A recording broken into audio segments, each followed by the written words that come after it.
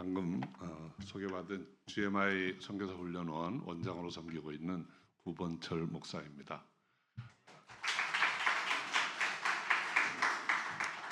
우리 후보생들이 특송하기 전에 그 GMI 선교사 훈련원에 대해서 간략히 소개를 드리면, 저는 2007년도에 한국에 세워진 선교사 훈련 기관입니다. 우리 고 김광신 목사님께서 이제 GMI 선교의 그 경험과 그 많은 그 열매들을 이제 앞으로 선교하려고 하는 분들과 나누기 위해서 이 땅에 세우셨습니다.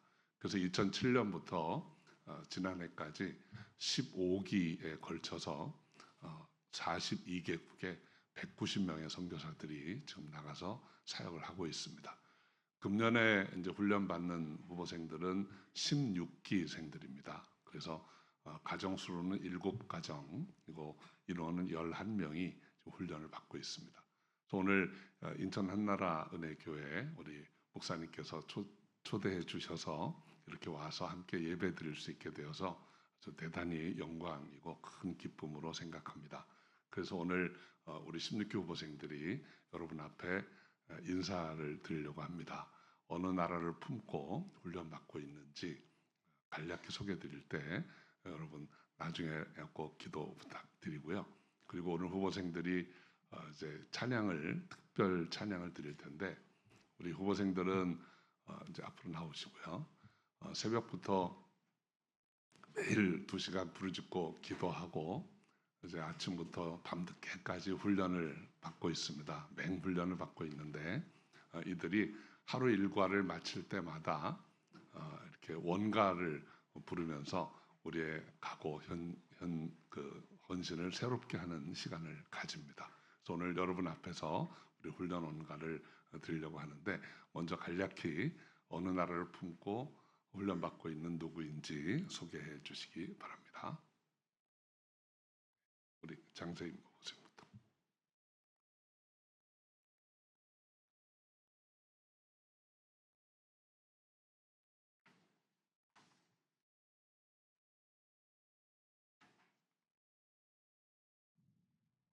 네, GMI 선교사 훈련원 16기 후보생 송은혜, 강세hin입니다. 저희 가정은 파키스탄을 품고 섬기고 있습니다.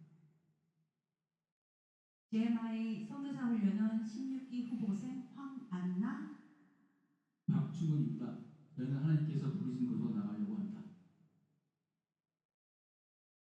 GMI 선교사 훈련원 16기 후보생 박희정, 최충섭입니다. 저희는 카자흐스탄을 섬기고 있습니다. 안녕하세요. GMI 선교사 훈련원 16기 후보생 지에스더, 유상준입니다. 저는 이스라엘을 품고 섬기고 있습니다. GMI 선교사 훈련원 16기 후보생 정산혜입니다. 필리핀에서 태어난 NK로 부모님 사역을 이어가고자 합니다. GMI 선교사 훈련원 16기 후보생 김영찬입니다. 하나님이 보내주신 곳을 기다리고 있습니다. GMI 선교사 훈련원 16기 후보생 이호진입니다. turkey 이스탄불을 섬기고 있습니다.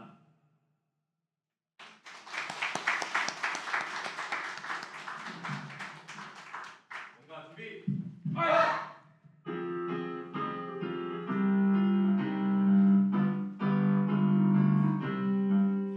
세상을 향하여 나아가라. 십자가의 문사로 전진하라. 말씀에 순종하여 어디든 가리. 험한 고난이 다가와도 나는 나아가리라. 죽어가는 영혼을 보라. 고통의 소리를, 주님의 안타까운 심정 느끼며 가자. 세상 끝 어디라도 나아가리라. 어떤 고난이 다가와도 나는 나아가리라.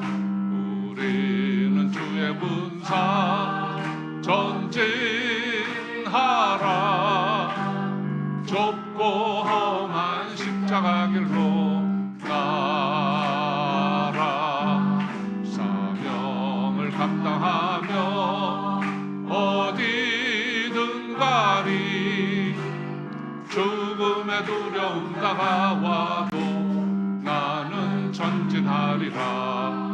죽어가는 영혼을 보라. 고통의 소리를 심정 느끼며 가자. 세상 끝 어디라도 나아가리라. 어떤 고난이 다가와도 나는 나아가리라. 죽어가는 영혼을 보라. 고통의 소리를 주님의 안타까운 심정 느끼며 가자.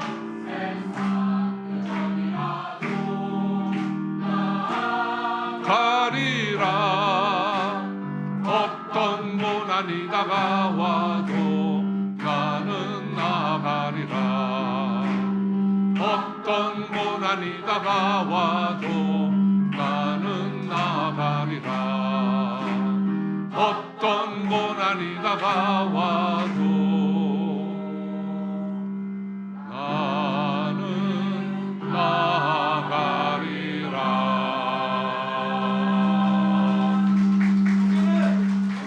기도, 정리는 전쟁, 전쟁은 승리. 아멘.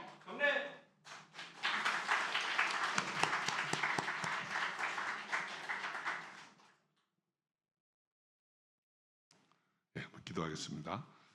아버지 하나님 감사합니다. 하나님께서 빚값 주어 사신 인천 한나라 은혜 교회를 늘 기억하시고 교회를 통해서 많은 영혼들이 생명을 얻고 주님께 나아갈 수 있도록 인도해 주시기를 원합니다. 교회를 이끄시는 우리 김원동 목사님 늘 성령 충만케 하시고 모든 지체들이 한 마음으로 주님 앞에 나아갈 때 하나님께서 함께하여 주옵소서. 이 시간 주님께 온전히 의탁하옵고 예수님의 이름으로 기도합니다. 아멘.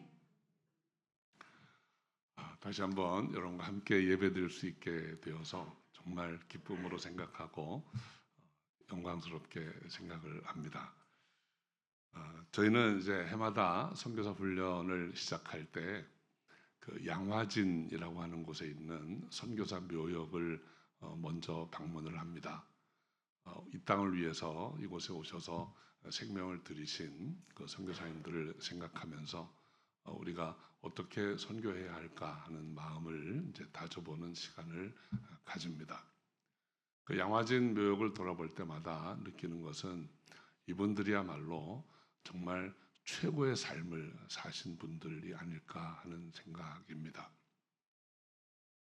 오래전에 우리 생애 최고의 날이라는 영화가 있었습니다.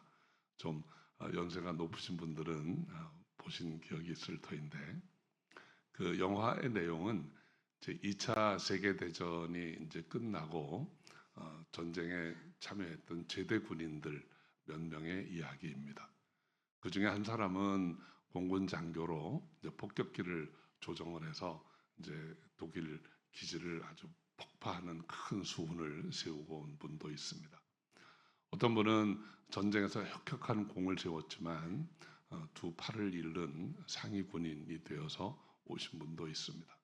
또 어떤 사람은 많은 공을 세웠지만 이 전쟁 후 그 증후군, 그 고통이 마음속에 있는 그런 마음의 병을 얻어서 온 사람들도 있어요. 그들은 많은 공을 세우고 훌륭한 일들을 해냈지만 삶이 너무나 힘들고 어려워서 사회에 잘 적응 못하는 분들도 있었습니다. 그런데 마지막에는 좋은 사람을 만나서 행복한 삶을 가정을 꾸리게 되었다라는 이야기입니다. 그 영화는 우리에게 그런 질문을 하는 것 같습니다. 당신의 인생에서 최고의 날은 언제입니까? 저는 그 영화를 오래전에 보았지만 그 질문이 아직도 제 마음속에 남아 있습니다. 어쩌면 우리가 살아가면서 정말 내 인생 최고의 날은 언제일까 하는 생각을 계속 해야 하지 않을까 하는 생각도 해봅니다.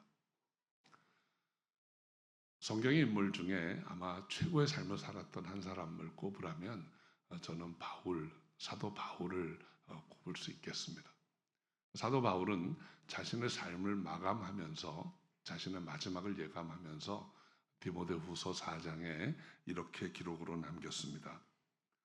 내가 선한 싸움을 싸우고 나의 달려갈 길을 마치고 믿음을 지켰으니 이제 후로는 나를 위하여 의의 면류관이 되어 예비되었으므로 주 곧 의로우신 재판장이 그날에 내게 주실 것이라.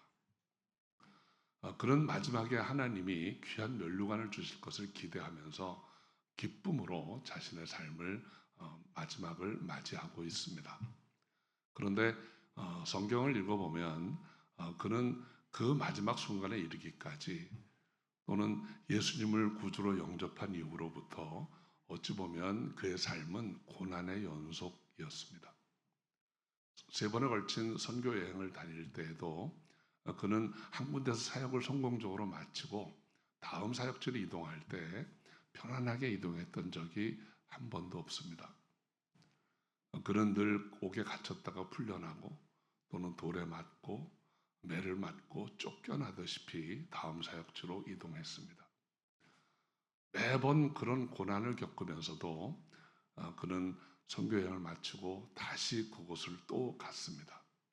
2번째 선교여행을 마치고 또 그 어려운 여정을 시작합니다. 그리고 오늘 우리가 함께 읽은 이 본문의 그 배경을 보면 그가 이제 3번에 걸친 선교여행을 마치고 이제 돌아가려 합니다. 그런데 돌아가는 길도 편안하게 금이 환영하는 길은 아니었습니다. 그 돌아가려고 할 때 성령께서 그의 마음에 그런 감동을 주세요. 이제 내가 돌아가면 결박과 환난이 기다리고 있을 것이다. 그 귀한 사역을 마치고 돌아가는 길도 편안하고 사람들이 반겨주는 그런 길은 아니었다는 것이죠. 그럼에도 불구하고 바울은 그 길을 가기로 작정합니다. 많은 믿음의 동역자들이 가지 마세요. 거기 가면 또다시 붙들릴 것이고 이번에는 풀려나지 못할 수도 있습니다 하고 경고를 하지만 바울은 그렇지 않다. 비록 내가 생명을 드린다 할지라도 이 길에 나는 가야 한다 라고 결단하고 돌아갑니다. 어쩌면 바울의 삶만이 아니라 우리 크리스찬의 모든 삶에 많은 용기가 필요합니다. 우리는 예수 믿고 어쩌면 우리가 생각하지도 않았던 어려움을 겪게 될 수도 있어요. 특히 크리스찬 사역자들, 리더들의 길에는 많은 고난과 역경이 앞에 놓여 있습니다. 그런데 그 길을 가기 위해서는 큰 용기가 필요한 것입니다. 하나님께서는 그래서 이 제자들의 삶 또는 사역자들의 삶을 보면서 그렇게 말씀하세요. 두려워하지 마라. 내가 너와 함께 할 것이다. 그 내가 너와 함께 하리라 하신 말씀이 히브리어로는 임마누엘입니다. 하나님께서 너와 우리와 함께 하신다. 그런데 예수님은 바로 그 임마누엘이세요. 우리에게 오셔서 우리와 함께 하시고 우리에게 약속해 주셨습니다. 내가 세상 끝날까지 너와 함께 하리라. 우리는 이 하나님의 은혜로 예수님의 함께 하심으로 용기를 얻고 힘을 얻고 이 어려운 일들을 헤쳐나갈 수 있는 것입니다. 그런데 하나님은 우리에게 믿음의 동역자들을 보내주셨어요. 우리가 하나님의 인도하심과 예수 그리스도의 동행하심으로 힘을 얻지만 우리는 또 동시에 우리 동행들과 함께하는 그 은혜가 있는 것입니다. 오늘 우리가 함께 읽었던 본문은 그 중에서 바로 사도 바울과 함께했던 동행들의 이름을 이렇게 나열하고 있습니다. 오늘 20장 4절 말씀 우리 한번 같이 읽어보겠습니다. 아시아까지 함께 가는 자는 베레아 사람 부로의 아들 소바도와 데살로니가 사람 아리스타고와 세군도와 더베 사람 가이오와 및 디모데와 아시아 사람 두기고와 드로비모라. 오늘 우리가 함께 읽은 본문 이 4절 말씀은 바울이 돌아가는 길에 동행했던 사람들의 이름을 기록하고 있습니다. 이 이름들을 살펴보면 아주 몇 가지 생각해야 될 점들이 있습니다. 이 사람들의 출신이 보면 베레아 사람 있고 데살로니가 사람이 있고 더베 사람이 있고 아시아 사람이 있다 그랬어요. 이 모든 지역들은 사도 바울이 다니면서 복음을 전했던 지역들입니다. 그리고 오늘 이름이 열거된 사람들은 바울이 복음을 전해서 예수 믿게 되었고 그리고 바울과 함께 했던 사람들이에요. 어쩌면 우리는 이 이름들을 읽을 때 그냥 외국인 이름 그냥 별 의미 없이 쭉 읽어 나갈 수도 있습니다.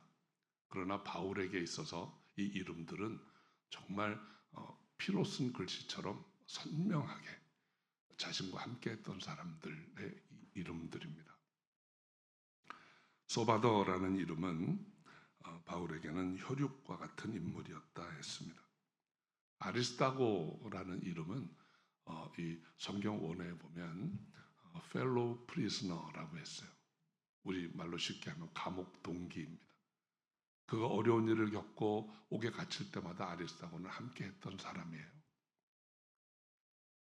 가이오라는 인물도 에베소에서 바울 대신에 연극장에 끌려 들어가서 많은 고초를 겪었던 사람입니다. 세군도라는 이 이름은 흔한 노예의 이름이에요.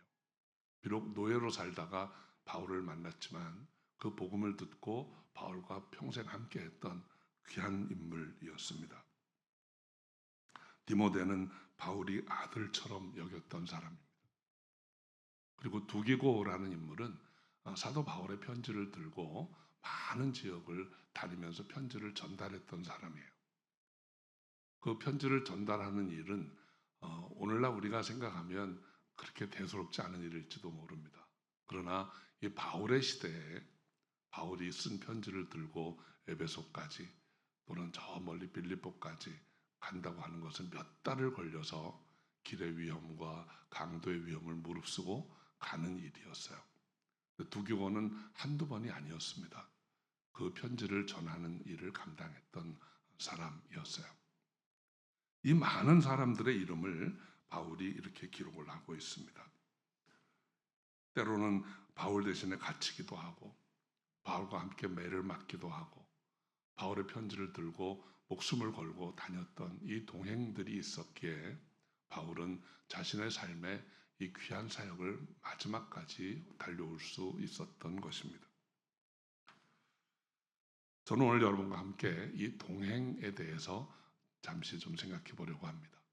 동행이라는 말은 문자 그대로 함께 가는 사람들입니다. 함께 가는 사람들은 몇 가지 특징이 있습니다. 첫째는 출발점이 같습니다.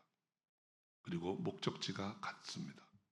그리고 가는 길이 같은 사람이에요. 이런 사람들을 동행이라고 합니다. 이 구약 성경에 보면 이 세상의 첫 번째 신앙 공동체는 히브리인들이었습니다. 그들은 출애굽할 때 유월절이라고 하는 그 똑같은 날, 같은 날 하나님의 말씀을 듣고 출발한 사람들이에요. 그래서 그들은 그 출발 시간이 같은 사람들입니다. 그들 모두에게는 약속의 땅 가나안이라고 하는 똑같은 목적지가 있었어요. 그래서 그들은 같은 여정, 광야를 지났던 사람들입니다. 그들은 광야에서 똑같이 하나님의 말씀 의지해서 성막을 중심으로 예배드리고 똑같이 만나를 먹고 반석의 물을 마시고 구름이 떠오르면 그들은 출발하고 하나님이 되었다 하실 때 멈추고 그 일을 40년을 함께한 사람들이에요. 오늘날 그리스도인들의 삶도 마찬가지입니다. 그리스도인들은 출신과 성분과 모든 것이 다 다르지만 똑같은 공동의 출발점이 있습니다. 그것은 바로 예수 그리스도를 나의 구주로, 내 주님으로 영접한 그 시간입니다. 그리고 우리가 하나님의 나라, 약속의 땅에 이르기까지 우리는 같은 크리스찬의 삶을 살아갑니다. 그런 의미에서 우리는 동행입니다. 우리 한나라 은혜교회 성도님들은 동행입니다. 여러분이 예수 그리스도를 내 구주로 영접하고 이제 주님이 되었다는 그날까지 우리는 함께 이 길을 가게 되는 것입니다. 저는 이 선교사 훈련원 사역을 하면서 참 귀한 동행들을 해마다 이렇게 만나는 것 같습니다. 이들은 똑같이 새벽에 일어나서 2시간 동안 기도실에 와서 함께 부르짖고 기도합니다. 똑같이 운동을 하고 같은 본문 말씀으로 큐티를 하고 묵상을 하고 똑같은 밥을 먹습니다. 그리고 같은 말씀으로 강의를 듣고 훈련을 하고 하루 일과가 마칠 때면 방금 들으신 원가를 같이 부르고 그리고 선교는 순교라고 외치고 잠자리에 듭니다. 7개월 동안 이렇게 합니다. 아마도 동행 중에 이렇게 진한 동행이 또 없을 것 같습니다. 그래서 이 동행을 하면서 우리가 받은 훈련으로 우리는 사역지에 나가서 섬기게 되는 것이죠. 작년에 저희가 15기 생들과 함께 훈련할 때 저희가 터키, 튀르키예라고 하는 지역에 단기 선교 실습을 다녀온 적이 있습니다. 그 튀르키예 갔을 때 먹었던 음식 한 가지를 여러분과 함께 좀 나누어 보려고 합니다. 그 터키에 가면 음식 중에 그 항아리 케밥이라는 음식이 있어요.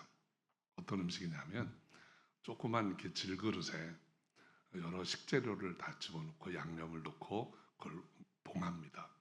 그리고 그걸 화덕에 넣고 구워요.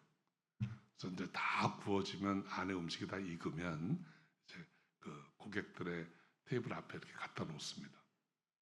그리고 웨이터가 이 망치를 하나 들고 옵니다.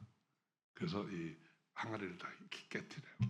깨트리고 쏟아 놓으면 그 안에 아주 맛있는 음식이 잘 익어서 먹게 되는 거죠.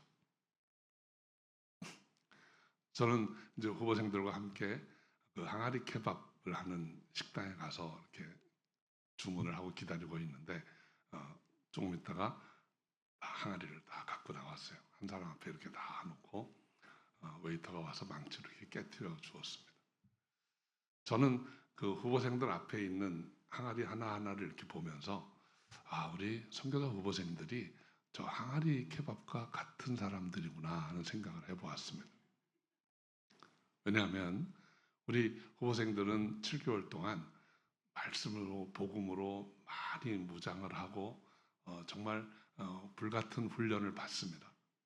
그리고 때가 되면 저들의 복음을 기다리고 있는 사람들에게 이 항아리가 다 딜리버리가 될 거예요.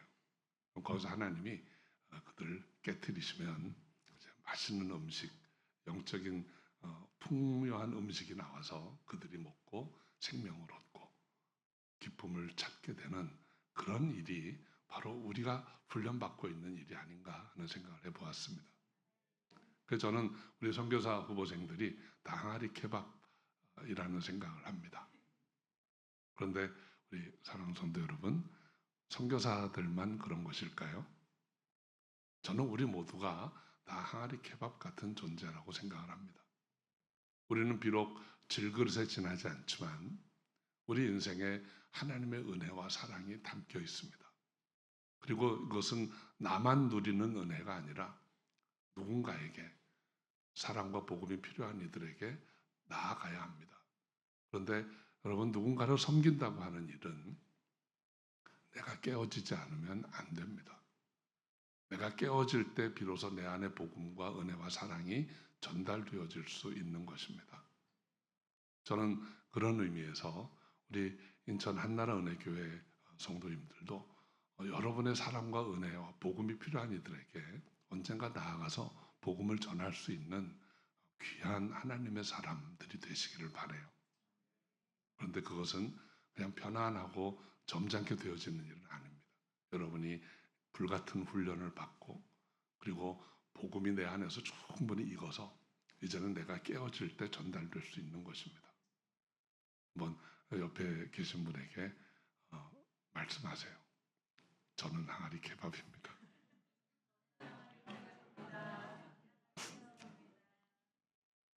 한 번 더 직접적으로 당신은 항아리 케밥입니다.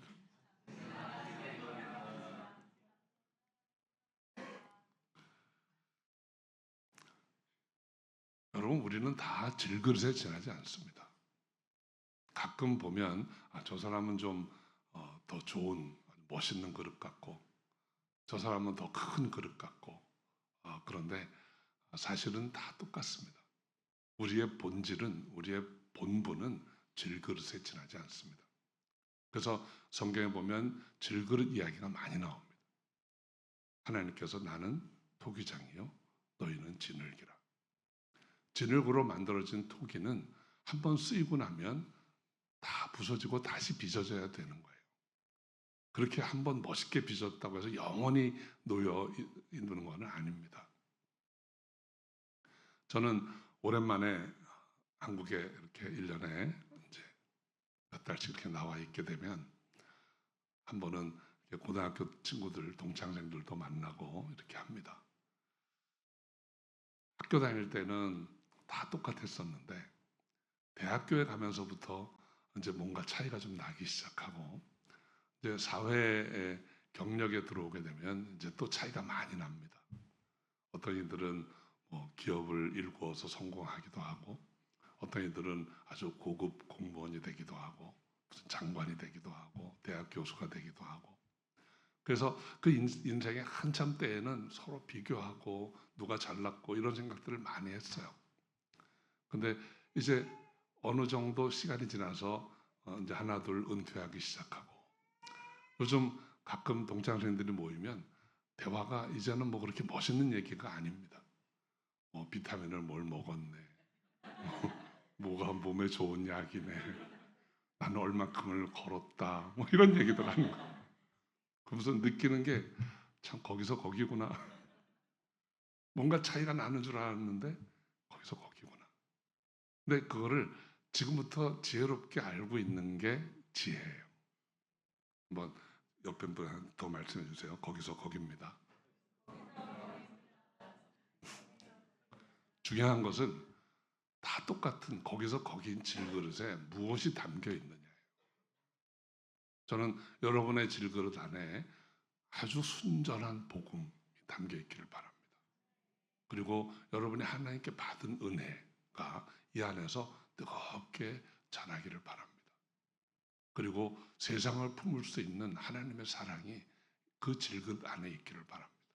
그렇게 해서 여러분이 누군가에게 드려줄 수 있는 항아리 케밥 같은 존재가 된다면 그것이야말로 하나님이 가장 기뻐하시는 일이 아닐까 하는 생각을 해봅니다.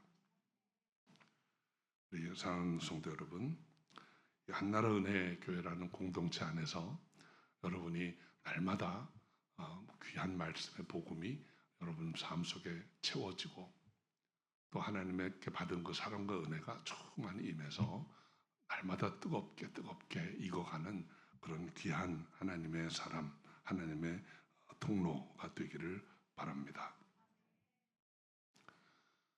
여러분의 생애 최고의 날은 언제일까요?